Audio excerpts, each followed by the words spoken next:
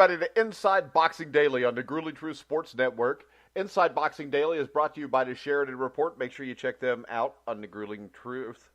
Also, at Sheridan Report on Twitter and thesheridanreport.com on the internet. I am your co-host for Inside Boxing Daily, Mike Goodpaster. Right now, I'd like to welcome in my other co-host, who is why we're late tonight, Jeremiah Preisser. How you doing, Jeremiah? I'm doing pretty damn well. I had to stop and get gas. My wife took a wrong turn on the highway. You know how it is.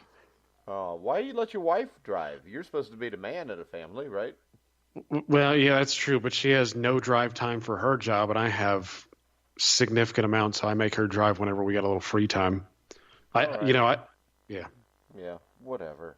It's just a bullshit excuse, but it's okay. You can let your wife wear the pants in the family. That's fine.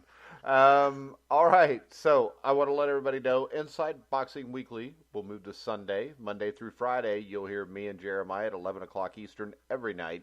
On Sunday night, Inside Boxing Daily, we'll add John Einreinhofer as always. That will be 9 o'clock Eastern, and we'll break down all the fights from tonight, all the fights from Saturday night, and preview the fights for the next week. And then during the week, you can get your boxing news daily with us. And we would appreciate it if you would go on iTunes and give us a rate. A thumbs up would be nice, but whatever you want to give us. We're going to start off talking a little boxing news, and we're going to talk. I can't talk boxing news. Not after what I saw tonight, Jeremiah. Did you watch the NBA Celebrity All-Star Game? No. What was it like? Well, I was working out at the gym. I'm on the little, the treadmill, and I watch it, and there's a midget in it. There's a little who tiny was it? person. I don't know who it was. It? There was no sound, and I don't watch a lot of current TV, so I have no clue. But it was embarrassing because, yeah, I know they want to include and be diverse, but it was just sad to watch, like when the ball was stole and he was at mid-court, to watch him chase some 6'4" dude down. And his little feet and his little legs were just moving as fast as possible, but he wasn't going anywhere. It was sad. Was that midget Muggsy Boggs? No, Muggsy Boggs was 5'3". Midgets are like, 3 Close foot enough. tall or 2'9". It was just bad. I don't know why they show that shit on TV, but that's why I don't watch current TV. All right, let's go to boxing. It just bothered me. Matchroom promoter Eddie Hearn says the Anthony Joshua Jarrell Big Baby Miller fight has broken the record for pre-sale tickets for a boxing match after just 2 hours for their June 1st fight at Madison Square Garden. Hearn is hoping, of course, this is a sign that people care about this fight. The thing that gets me is he says it's broken the pre-sale records for a boxing match after just 2 hours, and I will call bullshit on this. Yeah, I don't know, to be honest with you. I mean, a lot of these promoters are doing exactly what their name implies, and that's promote. So I'm just unsure of, where to actually go with this information. And it's like pay-per-view and numbers a lot of times. When you hear people spouting off, what they're probably were, it's likely that they, it wasn't quite what they're saying. With these tickets, we talked off air. I don't know if it's I don't know if it's a lot of British fans planning to make the trip over. I mean, surely it's not a bunch of Gerald Miller fans buying them up. No, I think all 4 of them did buy the tickets though, pre-sale. Yeah. Well, and plus, his family members. So there's a few there, but I'm not exactly sure. I do want to see how many Brits actually show up to the venue though, because I think it will be an interesting gauge of just how popular he really is and how dedicated those fans are. Because, I saw Ricky Hatton against Jose Luis Castillo in Vegas, and something like 9,000 of those made the trip over and showed up, and they were rowdy. And I'm just I'm using that as a gauge. I want to see how many of these people are actually diehard Joshua fans and willing to travel, or maybe somebody's buying up a lot of the tickets and they plan to, jack up the price. I think it's ticket sellers. I mean, it's the only thing it can be, because I don't see why this fight would be a hot ticket. Right. Yeah. I mean, it seems a bit funky for me. Those seem to be the two options. Either it's a lot of ticket sellers who, may jack up the cost for the Brits, or it's the Brits themselves. And I don't know. I've yet to see it. I don't get pumped up about all this stuff though. I mean, I really want to see if, again, I want to see how many Brits are willing to travel and pay attention to Joshua and see what it works. But most importantly, kind of on our topic the other night, is I want to see how Joshua transitions into the American audience. And Lennox Lewis has surprisingly been getting a lot of play lately. And I think that's because he's been commenting on Anthony Joshua's career at length. And to me, it strikes me as a little jealousy on Lennox Lewis's part, not in terms of skills, but, Joshua just seems to be, pretty attractive pretty quickly out there. So, again, I just want to see how this all translates. I mean, knocking out Jarrell Miller, I don't see that as some big transition fight to the American audience. And, after we talked about whether or not Joshua can be a global superstar, and I posed that question in a lot of Facebook groups, to be honest with you, the responses were kind of like we felt. They were up and down, like maybe, I had one guy say that, is whenever he tries to act like a thug, it seems manufactured well, and how about fake. This? And it's the fact that the 4 shows we did this week, it had the least amount of listens. And the headline was that. Right, yeah, exactly. So I don't know. I don't know if people are, again, American audiences, from what I've seen so far, don't seem to be that intent on adopting the guy. And again, I think there's a cultural difference there in the way that Joshua is and the way that a lot of Americans will perceive him. And I don't know. I'm still just not convinced that he's necessarily going to latch on with American audiences. And again, a part of this depends on his competition level. Whether he's, I mean, if he makes a number of fights like the Klitschko fight where he gets knocked down and gets back up and scores a stoppage himself. Yeah, I mean, there are plenty of factors to be added in, in the future, and we still got to see. But I'm just not convinced this is some telltale sign that, this is really a big event, at least not for America. I'll tell you this, though. I think it could be a telltale sign of what's going to happen with the Zone combined with Canelo Jacobs. Because I don't think the sales for the Zone has been as good as expected. They're only charging $10 a month. There's a lot of fights on there, and they got to pay for these fights.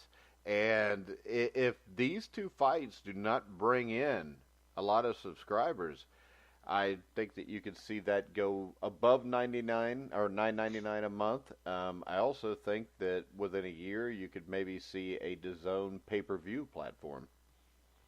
Yeah, and I know John had noted that in the past too, and I know none of us really want to see that. I mean, we'd like to see the sticking price at $10. I mean, it's not bad. It's a pretty good deal, to be honest with you. I mean, they show the full cards. I mean, like most other places, the commentating is not great, but there's the presentation is good, especially good for Joshua fights. I mean, what they did against Povetkin, you got to hand it to them in a little bit. They had fireworks and fire and, this big showcase, and that's good for Joshua's brand. But I would like to know what the pre-sale ticket prices are at. I mean, it is Madison Square Garden, so I assume they can't be that cheap, but I would like to see the prices there. I mean, are they going for pretty cheap? Again, this is not something that I typically pay attention to because I'm not all that bothered by it. I mean, I just want to see the best fight the best, and all this other stuff is just kind of, on the peripheral for me. All right, Floyd Mayweather Jr. is going to be fighting again in July in another 3-round exhibition match in Japan, and he'll be making $10 million against a former Japanese boxer, Jeremiah. Is this good or is this bad? Oh, it's fantastic. I mean, Mayweather he's the modern day Ali. I mean, he's very much in tune with social issues and eloquence, and he's just he's yeah. No, I mean, I don't even know what this is about. I mean, is he rubbing elbows with that Japanese mafia type again? Is that what's going on? I don't really know. I mean, I did hear that it was a former boxer, but did you hear a name? No, there's no name that's been put out there yet. Okay, well, to be honest with you, I mean, I can't blame Mayweather. I mean, if he's looking to get paid and he's doing, he's only got to be semi-athletic to get the job done and he gets paid millions, I really can't blame him. I mean, so long as he stays retired, Again, I'm not really bothered by it. I don't really pay attention to that stuff. I haven't even watched the other exhibition. I think it's great if you get $10 million for something like that. I mean, he's 41 years old. He's not going to be competitive against the best fighters today, I don't think. So why not just, go around and make some money? I really don't have a problem with this. Yeah, I don't either, especially if it's not as much of a show as the other one was. See, when you're bringing up a guy who's like a bantamweight and you are a welterweight, that's a bit of an issue because of the mismatch. And plus, it's funny. I actually heard Michael Montero talking about tension. The guy Mayweather blew away in the first exhibition fight. I guess from a source that he knows who follows this guy, he was getting beat up by club fighters in a boxing match. And so obviously the guy just wasn't that skilled. But if you're putting, Mayweather against somebody who's closely, he's close in size, again, I don't have a problem with this at all. I mean, we shouldn't even be making that big of a deal about it, to be honest with you. I mean, it's really just a money-making scheme at this point. Not. I think it's awesome that he can pull this off. Yeah, right. Yeah, I mean, and not only that, I don't know if maybe he has other aspirations. Maybe he's trying to build a brand in Japan, because I think what a lot of people don't know is Floyd Mayweather has actually made friends in Russia. I'm trying to think of the guy who is I don't know what the title is, but he runs the Oblast, or I'm not even sure what you would call it. I don't know how the provincial breakdowns are in Russia, but this guy who's in the Caucasus region is a huge boxing fan. Tons of fighters and wrestlers that are coming out of Russia or coming out of the region. Guys like Peter Biev, I think Salamov, the MMA guy who beat Conor McGregor. Tons of these guys are coming out of that region. And again, this guy is a big boxing guy, and he's been building his brand in that area to keep churning these guys out and making money. And Mayweather he's made friends with this guy. So he's partnered with him. I don't know if he has plans in Japan to do the same thing. I don't know. Maybe he's got other aspirations, but it's really not that big of a deal. All right. Other news. Main Event CEO Kathy Dubas says WBA super middleweight champion Callum Smith is on the wish list of WBO light heavyweight champion Sergey Kovalev, who recently beat Alvarez. Looked good in that fight too. I don't think this is that crazy. I think this could happen because with Callum Smith, there's really no money to be made in that division right now, I don't think. So why wouldn't you just move up and take on what's a older, possibly fading champion? Yeah, right. I mean, and if it's easy at the negotiation table, why not? I mean, and I think it shows you the drawing power of British boxers. I mean, it's a lot of these. Look at Lomachenko and Kroll. I mean, they're not doing it because it's competition. They're doing it because they know the British fans are in a way, it reminds me of how Mayweather used to milk the Mexican fans, right? So a lot of fighters are now trying to milk the Brits, right? Because they know they're rabid fans, they're diehards. They'll fly over, they sell tickets, on and on and on. So again, we still have yet to have a British boxer really reach the top of the sport. I mean, Joshua seems to be leading the pack right now, but I wouldn't blame Kovalev at all for taking this fight. I mean, like you said, there's not a lot of money to be made. Peter Biev is not a big sell. Bivol still has a ways to go. Gavadstik has good promotional company backing him, so he's all right. But these guys have pretty much just started making their mark, whereas Kovalev is a veteran of the sport. So when you look at Callum Smith, he was in the World Boxing Super Series. He's got a good British backing.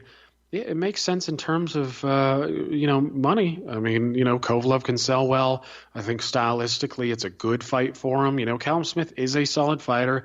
He's got good size. I don't even think he would need any. None of these guys at 168 would really need any tune-ups into 175 anyways. I mean, physically they're pretty much there anyways. So yeah, easy to make. And again, stylistically, Callum Smith, he's an aggressor, but he's not that nuance, right? He puts his guard up. He keeps his hands tight. He does let his hands go, but he's just one of those guys. If you give him good lateral movement, or you bang him hard to the body, maybe he's not a big threat. He's a good puncher, not a great puncher. Well, he's a good fighter, not a great fighter. And I wouldn't mind seeing that fight at all. Yeah. All right. Now, also for the Errol Spence, Mikey Garcia card at AT&T Stadium in Arlington, Texas. It's made official that WBC super middleweight champion David Benavides will be facing number 15th ranked IBF Jalen Love. Why? Oh, I don't know. That seems fight, like a too. lamb. So, I mean, yeah, why is it a 10-round fight? I don't know, but that seems like a lamb to slaughter if you ask me. Jalen Love, maybe he's promoted by Mayweather. I think they've realized that he's not going to go any further than I don't even know what you call him at this point. I mean, it's hard to label some of these guys because they're so inactive. But I don't know, maybe a gatekeeper. I don't know, Benavides, since he got in trouble, I guess they're just starting to get back in the groove of things. I don't know. I don't get it. I mean, 168, Benavides right now could go fight whoever he likes, and I think he could contend with and probably beat anybody up there. But yeah, it's like I said, it's a lamb to slaughter. I mean, Jalen Love is not on that level. He couldn't handle Medina. He's not going to be able to handle Benavides' faster hands, craftier game, power. It's just a one-sided fight all around, and Love is very likely going to get starched in this one. All right, real quick before we go to On This Day, what is your initial take on James DeGale and Chris Eubank Jr.? It's one we'll talk about with John on Sunday night, but there's a whole lot of noise being made over there because it's Chris Eubank Jr.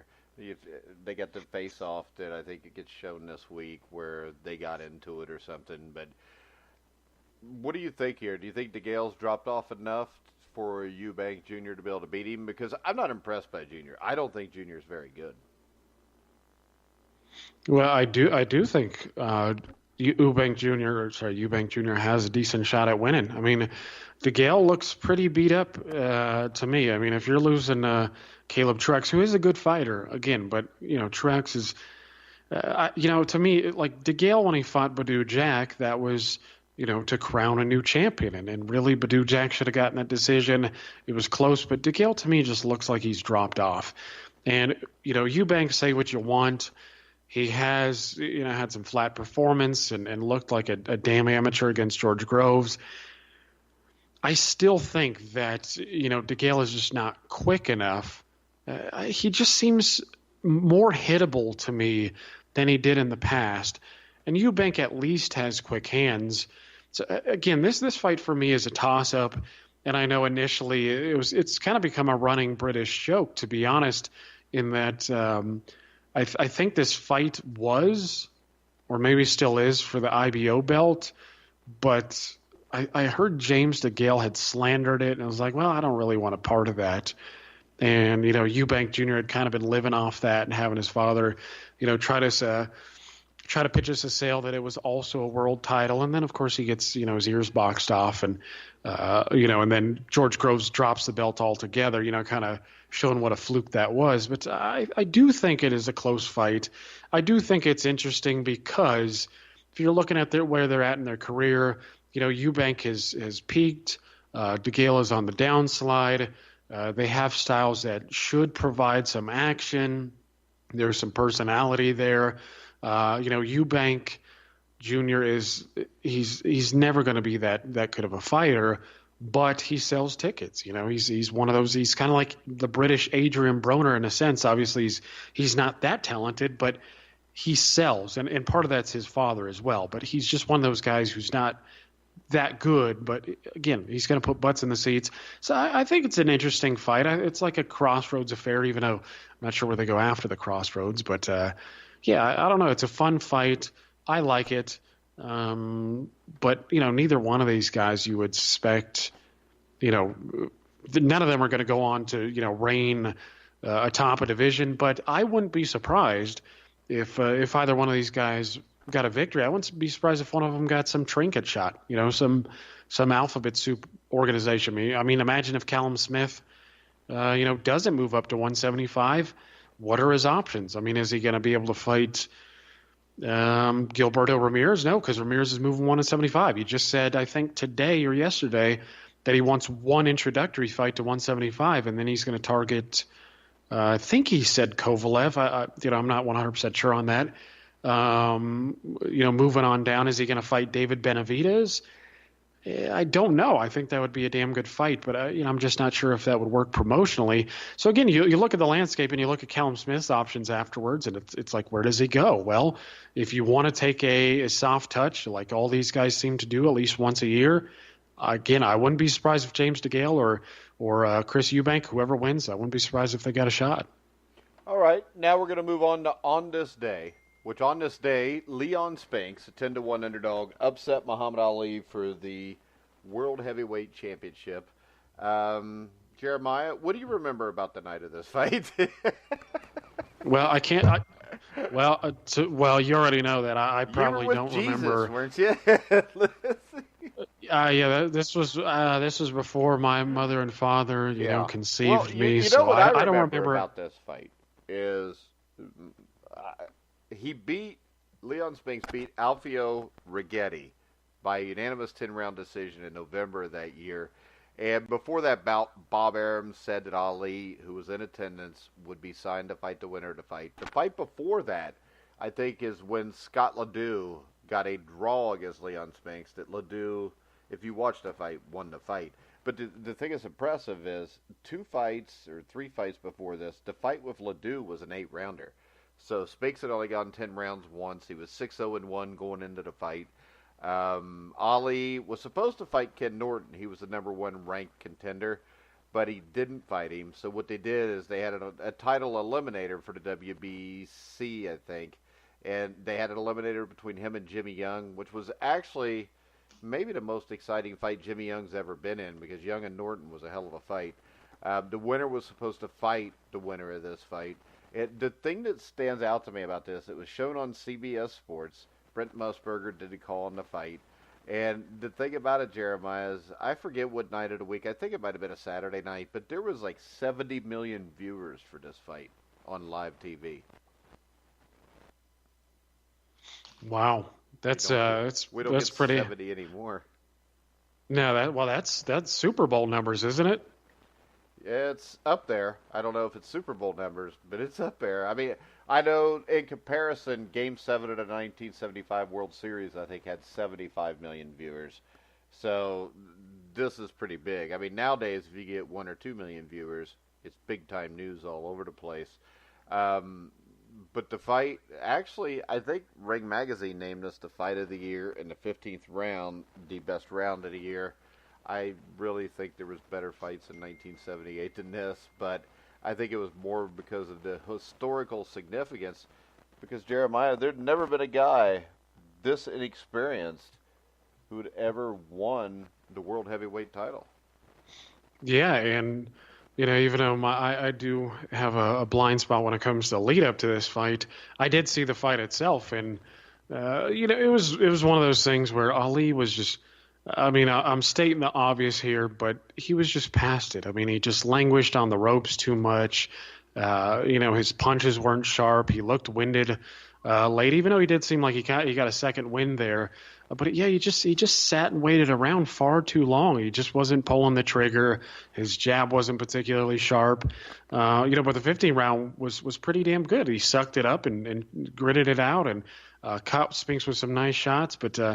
Again, and to be honest with you, when I was watching the fight, when I was rewatching it, even Ali at that stage in his career, when he decided to actually move and box, I would say that his feet were still better than the vast majority of boxers to ever do it. I mean, of course he didn't have, the Cassius Clay pep in his step, but he was still able to box pretty damn well. And I think it was in the 14th round when he got on his bicycle a little bit, was just kind of flicking the jab out there like he used to.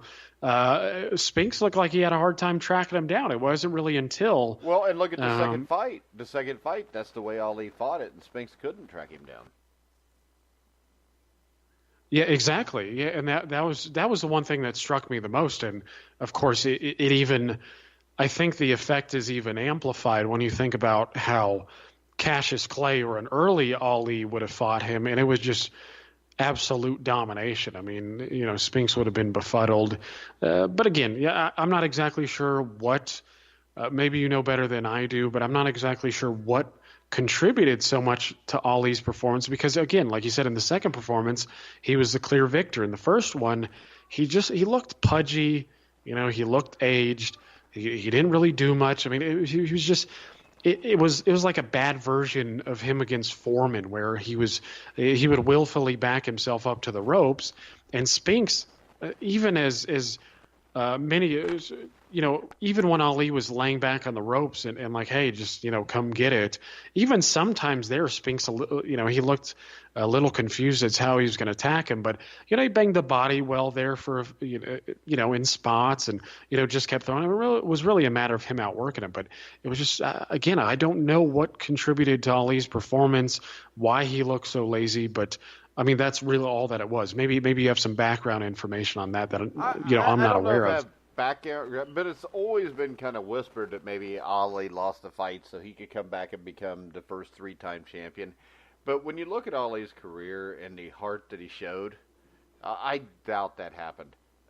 It's possible because I've learned in 50 years that almost anything is possible. But the thing that really struck me, though, and from doing a little research on this fight, is that Spinks was the first challenger to win the World Heavyweight Championship on a decision since Jim Braddock defeated Max Baer 43 years earlier.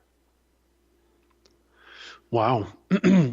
Yeah, that's something. Go ahead. No, I was going to say, yeah, that's pretty surprising. I wouldn't have thought that, but I mean, you gave him a lot of. I guess you give Spinks credit for getting the job done, but yeah, like you said, I mean, I wouldn't be surprised at anything. I know Ali's a hero, but I've learned over the years that you just don't put guys. You don't deify them. You don't assume that they're outside the realm of wrongdoing. And I think that's one of the big problems with modern boxing today is you have all these people latching onto their national heroes or ethnic heroes or, whatever it may be. And they don't care what they do. Yeah, well, or they ignore it, right? I mean, yeah, like the Ivy thing with Mayweather or, the Canelo. I don't know, the Pacquiao thing with Needles, yeah, or Canelo, or tons of these guys. Well, it's like I actually saw John on Twitter. He was talking about how Omar Figueroa gets all this shit for missing weight, and he should. The fact that he missed weight after being out of the ring, I don't know 2 years or something. I don't know. The guy's just throwing a lot of it away, to be honest with you. But this is a game. I mean, you've been in football for many, many years, so I think I'm speaking to you as, in that realm as well. But there's a lot of people with character flaws. I mean, we all have character flaws. I mean, we're all not angels, but in boxing in particular and in football in particular, when you're, when you're dealing with people at the lowest rung of the economic ladder and, they're more prone to being in gangs or street violence or whatever it is. A lot of these guys, right, they come from nothing. And so if you're like, hey, well, you take a drug and you can compete with the best, or, here's 50,000, if you're Don King, here's $50,000 on a table, fight for me and I'll make you some money and your family will live all right for a little while. Of course, can't read the fine print. So you don't realize you're getting screwed over in the end. But it's just a sport with character flaws. I mean, even like Manny Pacquiao, right? I mean, I really enjoyed Manny Pacquiao, but, he was cheating on his wife. And it's funny, I was watching some of the Leb Waba fight earlier. Hey, if you noticed, though, Jinky's had some cosmetic surgery and lost some weight and got bigger boobs, so she's trying. Oh, yeah. Well, there's a lot of competition there. I mean, when you've got pretty much every single Filipino woman throwing herself at you everywhere you go. I mean, the dude is an icon. He's kind of like the Ali to the Philippines. So I understand. And I'm not a big Chris Rock fan, but he was kind of right in his one bit that he did that, how often you cheat or if you cheat is kind of relative to the amount of instances. Yeah, exactly. Right. There's just there's a statistical formula there, right? I mean, Yeah, so that's where you if get you're the Tiger, 50-year-old, 5'5", 320-pound man who says, "I've never cheated on my wife." It's because nobody's ever wanted to cheat with you. yeah, exactly. You know, I mean, it's funny because there was a Bill Burr skit, one of my favorite comedians today, Oh, I and love he Bill was, Burr.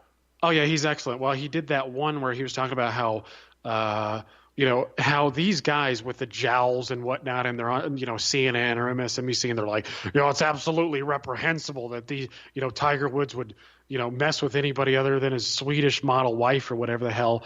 And it's like, dude, you don't have a platoon of whores, running over the hill after you shoot putt golf, or right? You don't have a busload of them, brought in to bang you. So it's Yeah, it's one of those things. Until it actually happens, you don't know really what you would do. Exactly.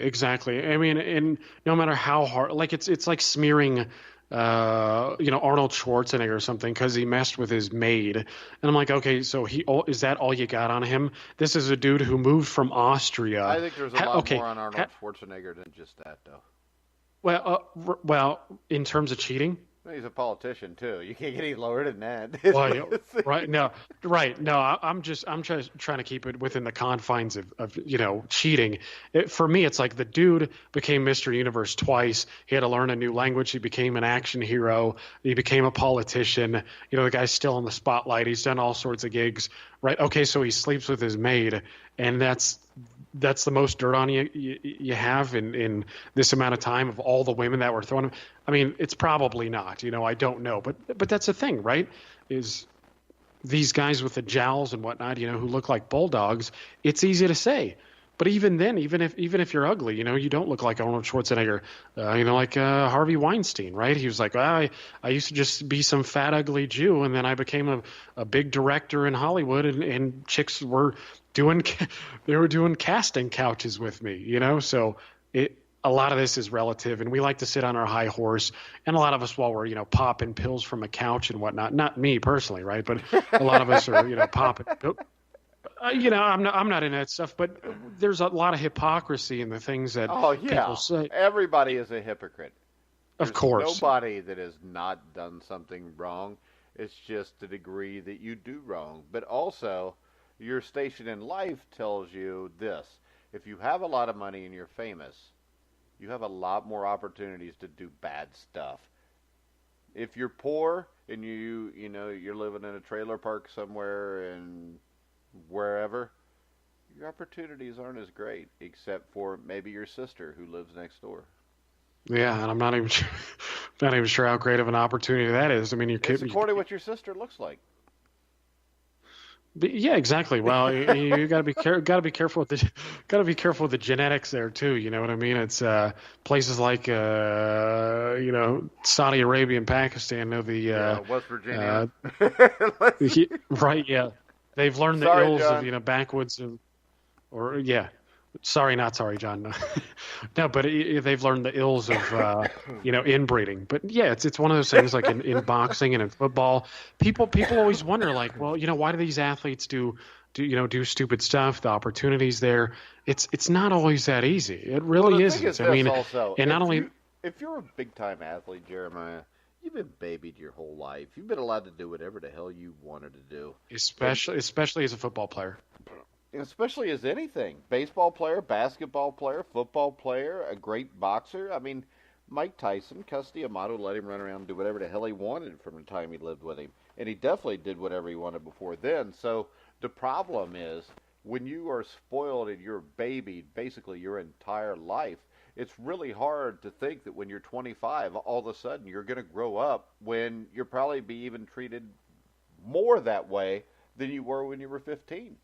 Right, yeah. I mean, you surround yourself with a bunch of yes men, who... And look at it like this. Kareem Hunt, who shoves a woman down, kicks her in the face, he's going to come back and he's going to play again. So, if you're a college star, you don't really worry about it. You go, oh, shit, they'll give me a year off and then I'll come back and play. I mean, nobody is held accountable for their actions at the highest level of sports because when you look at it, The people that are really making the money, the promoters, the commissioner, whatever your sport has, the people at the highest, the NFL owners, matchmakers, promoters, basically all those people don't give a shit about you in the end. They're there to use you to make money off of you. And whatever you do, they will try to cover it up for you. The problem is, in the age we live in now, all of a sudden, video pops up. And Yeah. the video, as Ray Rice will tell you, will kick you in the ass. But the thing about Ray Rice is this. He was allowed to come back. Nobody wanted him. It wasn't because he beat the hell out of his wife and everybody saw it. The entire reason why was he only averaged 3.5 yards a carry the year before. He was a 30-year-old running back. There was no need to risk bringing him in. Tyreek Hill, when he was in college, got kicked out of college because he beat up his pregnant girlfriend. He admitted to beating up his pregnant girlfriend. But now in Kansas City, he's a star. He's a hero. People cheer him even though they know what he did. And this isn't cheating on your wife. This isn't getting in a bar fight. This is beating up your pregnant girlfriend. And the sign that humanity has gone to hell is the fact that grown man will still buy his jersey for $130 and cheer for him when they probably wouldn't let him in the front door of their house around their kids or their wife. Yep. Well, it's become all about winning, right? I mean, it's funny how catching a pass consistently on Sunday, or punching a guy in the face consistently on a Saturday or a Sunday can absolve you of so many sins, but unfortunately that's the way it is. But I don't know what you think about it, Mike. I mean, in boxing there's no governing body, and so you're never going to get consistent punishment. And you're never going to get a governing body. It's never going to happen because there's too many people making a shit ton of money here that will never allow that to happen. Well, and I know we've had this discussion before. It's never going to change. Well, but my question to you is for football. So again, I used to be a big, for those listening and don't really know me much on a personal level, I used to be a big NFL fan. I used to be big into baseball and all the major sports, but I kind of got out of it because of all the rule changes. It's gotten softer. It's become more about flash and ESPN highlights and whatnot. And, people just, I think they get too caught up in the whole statistical side, and, it's just 24/7 news cycle. There's just a lot that has turned me off over the years. But I want to ask you, Mike, so these guys who consistently exhibit bad behavior and get away with it, does the NFL not do that because they don't care? Is it because they feel as if there are just too many guys doing it that they can't have this strict policy? I would say this. This all comes down to this. Fans allow it because whenever fans get pissed off about something gets done because that'll hit them in the pocketbook. When you look at it, the CTE issue was covered up till the movie Concussion came out and everybody got mad. The problem with that is people were only mad for a little bit. And I know this. I know a bunch of former NFL players, and I know that Garrett Webster, his dad, Mike Webster, was he was the main cog of the Concussion movie. He posted today that they still haven't got money from the lawsuit that was 4 years ago because the lawyers are still fighting over who gets their share. So in the end, I think when people watch boxing, when people watch football, I think the general casual fan, they want to see blood. They don't realize that it's a real person that's doing it. These are two real people fighting for your entertainment, and they both risk their lives. And people will be pissed off about a Canelo Triple G decision or a Fury Wilder decision for about 24, 48 hours, and then they don't care anymore. That's why you always have bad judging, because the promoters and the matchmakers want to control who wins for the most part, and fans don't really get outraged. They get outraged at the moment, and you get a few people that'll talk about it a week or two later, but generally it's forgotten. And that's why when you look at it, Triple G and Canelo 50 years ago, people are going to look at it and say, oh, Canelo beat him once, drew with him once.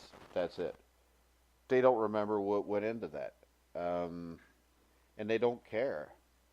I mean, it's basically these guys are entertainment, just like the gladiators, back in the day. And I think video games hurts that because video games, I think most people consider this a video game. It's just like when people say the NFL's gotten softer, it's had to. People, I mean, the average age of an NFL player to die is 54. It's 20 years less than a normal person. So, is it good to have that for your entertainment? Or can we maybe not hit each other in the head and still have a good football game? So that's the problem. And that's what you come down to. It's a contact sport.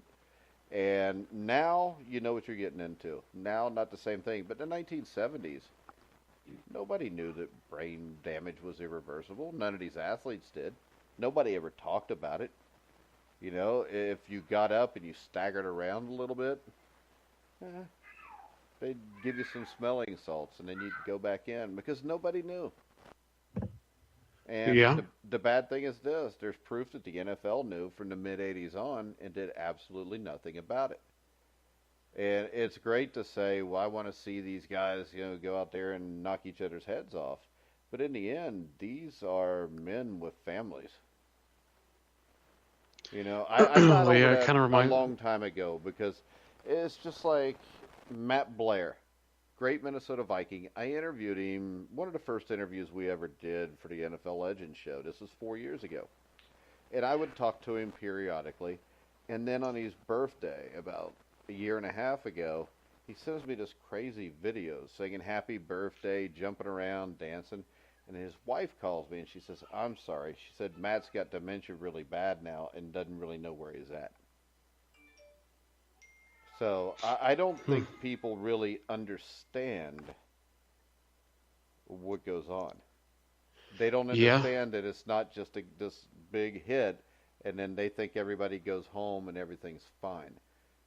Because the general fan wants blood, but the general fan never climbed in a boxing ring to even spar in his life usually, never put a football helmet on at the college or professional level, and they don't understand. And they never will. Yeah. Well, yeah, and it's kind of like Vanis Martirosyan, who we had on not long ago. Worth checking out that interview, folks. Damn good one. But yeah, he's talking about it, and this relates to football players as well. I mean, these guys are eating ibuprofen for dinner, to cope with the head injuries, and that's their life, and a lot of them become addicted to it and they can't break it. And I know it's been a big thing in football for many, many years because it's at the risk of losing your job. I mean, if you don't take a painkiller and you can't play the next game and somebody subs in for you and they play well, that might be your job. And if that's your job, or if you're relegated to a lower status, you're a secondary wideout and now you're in the slot, or you're fourth, you got to wait till they run a 4 or 5 wideout formation before you potentially get a catch, or even directed at. They're going to take the pill, right? They're going to cope with the pain and get through it and try to collect that money as they need be, again, to support their families. But yeah, it's a rough one. And boxing and football, most of those guys at the top of their game are guys that grew up poor. That's right. Their way out. And that's what people don't understand. For probably 60 to 70% of the NFL and probably 80% of boxers at least, that's their way out. You have to do it. If you don't do that, what else are you going to do? If you're a boxer, you've been boxing since you were 12. You didn't go to college. Hell, you may not have graduated from high school. If you don't go fight, you don't eat. And the fact that there's no national or international boxing commission is just absolutely shameful. But that goes back to, I mean, you've been boxing forever, and there's never been one. And there's never going to be one because, like I said, There's too many guys here like Bob Arum, Don King, Eddie Hearn, Frankie Warren, who all just want to get paid. Yep. And I personally feel that not having a national commission or governing body just amplifies the effect. I mean, has there ever been a fighter who has not been screwed? I mean, Well, you look how about this though, Jeremiah? The NFL has all that, and they still were covering stuff up and letting players getting hurt. And y- the NFL is a multi-billion-dollar a year business that still. I had Eddie Meteron, who was a great Los Angeles Ram, played 14 years in the NFL back in the 50s and 60s. And I had him on, and I asked him, I said, "What's your pension?" He said, "Oh, the NFL pays me $1,100 a month." Geez, might as well get on welfare. Yeah, I mean, it's a joke. And I mean, the sad thing is, look at all the boxers that end up having to work regular jobs after having all these millions and millions of dollars on these purses. But then when you talk to Vanes Martirosian, he tells you, "Yeah, I made $380,000, but I got 160, and Don King got 220." What sport does that? There's no sport that does that except for boxing. At least nothing I can think of. I mean, usually an agent gets 3 to 10% from an NFL player, but the NFL player gets the money. I mean, Right. Vanes Martirosian goes out, fights Gennady Golovkin on 2 weeks' notice, gets his brain tossed around, and then Don King gets the majority of the money. Yep, and unfortunately, Vanis and all these other guys won't be collecting. They won't be collecting a pension. I mean, No. yeah. Well, and that's the thing with NFL is that fans can funnel their anger into one avenue, and it resonates deeper. Whereas with boxing, okay, what are you going to do? Call Bob Arum? Or I mean, this isn't like congressional Yeah, members. it's too fractured. And Exactly. You can't do it with the NFL either, because it's not like you're going to call Roger Goodell. But the NFL will listen, and if the groundswell of support is enough, they will do something. Boxing's never going to, and it never will, because unless you were to all of a sudden have a bunch of young, honest guys become boxing promoters, and that's not going to happen because, an honest boxing promoter is really hard to find. Yep. But yeah, I mean, or a good It's like manager. it's like finding a fucking unicorn, Jeremiah. Yeah, it really is, and again, it's tragic in a sense that you think about all the lives who have been ruined because of the system, and it's deeper than this too. It's not just guys who are at the top. It's guys like Emmanuel Augustus. I think Augustus is a great example of this. Like Augustus, if he had top rank behind him, he would have held some alphabet trinket and like 140 pounds and would have made far more money. Yeah, he was a guy that fought everybody and was in wars constantly. Right, and he should have gotten like the Courtney Burton fight, which that was classic because Teddy Atlas just went off on that decision. I think that was the one where fight on ESPN, wasn't it? Yeah, I think that's the one where he made the judge or corrected the judge on his scorecard or something. It was pretty damn funny. Yeah, I might be wrong in that one, but Augustus is an example where some of these guys who are professional losers can make decent careers out of themselves, but Augustus could have made far more money if he was promoted by Top Rank and they maneuvered him properly. I mean, the guy had talent. He's certainly more talented than a lot of guys that I've seen hold trinkets in the past. So I mean, it's like rubbing elbows, or like Venus kind of alluded to it. Being a company man will get you paid a bit better than not being a company man. Just going out on your own, being content with things. And though I respect some of these fighters who are like, well, I do it for pride and I do it for glory, you just got to be careful of that stuff in a game like boxing, because a lot of these guys are being chewed up and spit out. And it's like Vanes said as well. It's like there are probably a lot of guys in the amateur ranks who would be fantastic professionals, but they're just buried. They're buried by bad promoters. They're buried by whomever. I mean, there was a guy in Colorado. I'm not actually sure if this is a good example, but there was a guy in Colorado who damn near I think the Olympic trials, I think he had a bad decision against him or something. But, a lot of these guys who are talented, maybe they see the politics in the beginning, or they, are like, hey, I don't want to take punches to the face for a living, or, manager ruins their career, or promoter or whatever. But, there are just so many pitfalls in the sport that there are very, very few guys who end up living a lavish life until they die. Yeah, that's why I don't have a problem with Floyd Mayweather fighting for $10 million in an exhibition. Too bad. Nope, me neither. Can't. All right, guys, we are going to wrap the show up for tonight. Remember, we will be back Sunday night at 9 o'clock Eastern for Inside Boxing Weekly, where we'll add John Einreinhofer, and maybe we'll fight about Joshua and Wilder or something, just for old time's sake, but who knows. All right, Jeremiah, you want to tell everybody where they can find us?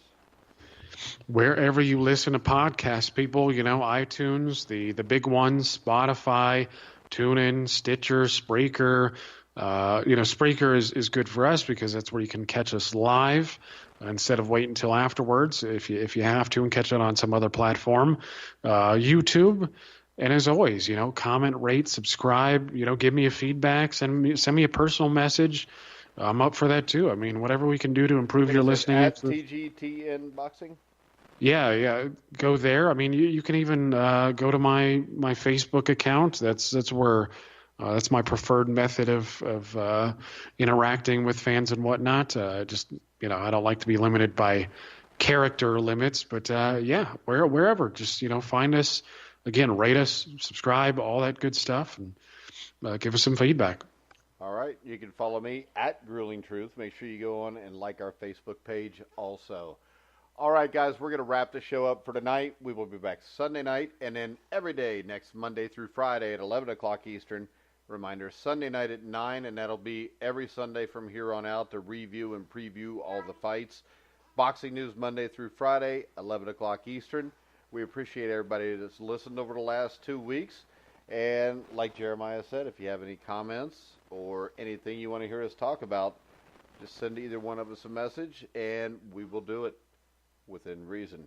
So, you can hear all of our shows on iHeartRadio, Spotify, YouTube, iTunes, TuneIn, Spreaker, Stitcher, wherever you find sports podcasts, you'll find The Grueling Truth. So, for Jeremiah Preisser, I'm Mike Goodpaster. You've been listening to The Grueling Truth, where the legends speak.